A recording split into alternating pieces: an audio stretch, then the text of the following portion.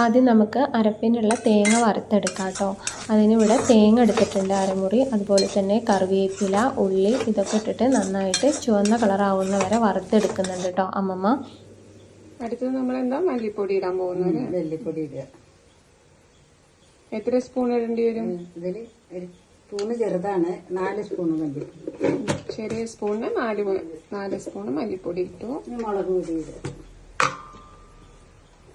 എല്ലാവരുടെയും എരിവിന് ആവശ്യമായ മുളക് പൊടി, പാകത്തിനുള്ള മുളക് പൊടി. ഇത് ഇവിടെ 2 സ്പൂണ് കുറച്ചും കൂടി.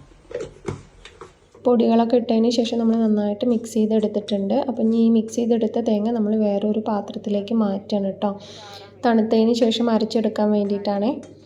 അപ്പോൾ അമ്മ വേറൊരു പാത്രത്തിലേക്ക് മാറ്റി. അടുത്ത് നമ്മൾ വേറൊരു ചീനച്ചട്ടി എടുത്തിട്ട് അതിൽ കുറച്ച് വെളിച്ചെണ്ണ ഒഴിച്ചു കൊടുത്തിട്ടുണ്ട്. ഏകദേശം ഒരു 4 ടേബിൾ സ്പൂൺ വെളിച്ചെണ്ണ ഉണ്ടാവും കേട്ടോ. എന്നിട്ട് അത് നന്നായിട്ടൊന്ന് ചൂടായിട്ട് വരട്ടെ.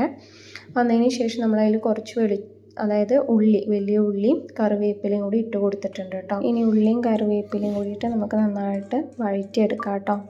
കുറച്ച് മൂക്കുന്ന വരെ നമുക്ക് വഴറ്റിയെടുക്കാം. ഇപ്പോൾ നന്നായിട്ട് മൂത്ത് വന്നിട്ടുണ്ട് കേട്ടോ. തക്കാളി പച്ചമണം പോകാനൊന്ന് വഴറ്റിയെടുക്കും.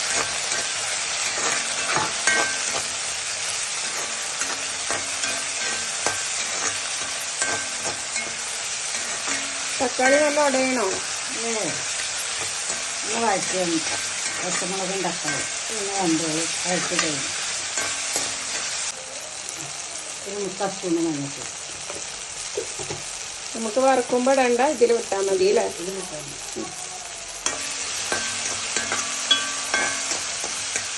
പച്ചമണം പോകാനും ഈ പുളി ഒഴിക്കും. ഇത് മസ്റ്റായിട്ട് ട്രൈ ചെയ്യണം കേട്ടോ. ഈ പുളി ഒഴിച്ചിട്ടുണ്ട്.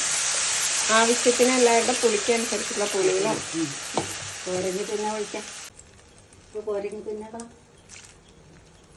കല്ലുപ്പാണ്. കല്ലുപ്പാണ്. ആവശ്യത്തിനുള്ള ഉപ്പില്ല.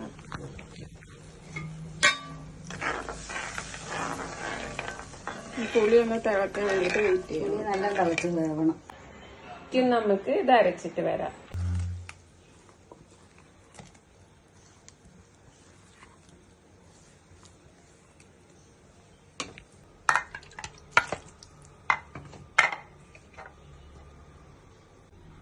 ഇത് തിളയ്ക്കുമ്പോൾ അതിലേക്ക് മത്തി നേരെയൊക്കെ വെച്ചിട്ടുണ്ട്, അത് ഇടണം.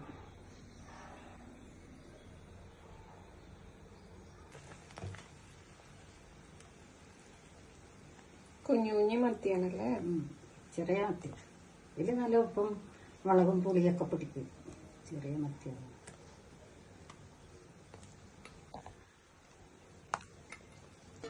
നമ്മുടെ മീൻകറി ഇങ്ങനെ തിളച്ച് വരുന്നുണ്ട്. മീനൊക്കെ ഇട്ടിട്ട് ഇനി ഇതിലേക്ക് 1 സ്പൂൺ ഇഞ്ചി പൊടിയാക്കിയിട്ട് അരിഞ്ഞത്. ഇഞ്ചി പൊടിയായിട്ട് അരിഞ്ഞത്. പിന്നെ കുറച്ച് കറിവേപ്പില.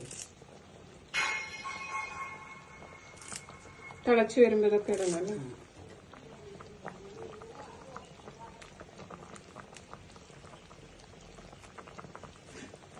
നമ്മുടെ മീൻകറി റെഡി. നമ്മുടെ മീൻകറി റെഡി ആയിട്ടുണ്ട്. അപ്പോൾ എല്ലാവരും ട്രൈ ചെയ്ത് നോക്കണം. അപ്പോൾ ലൈക്ക് ചെയ്യുക, ഷെയർ ചെയ്യുക, സബ്സ്ക്രൈബ് ചെയ്യുക. താങ്ക്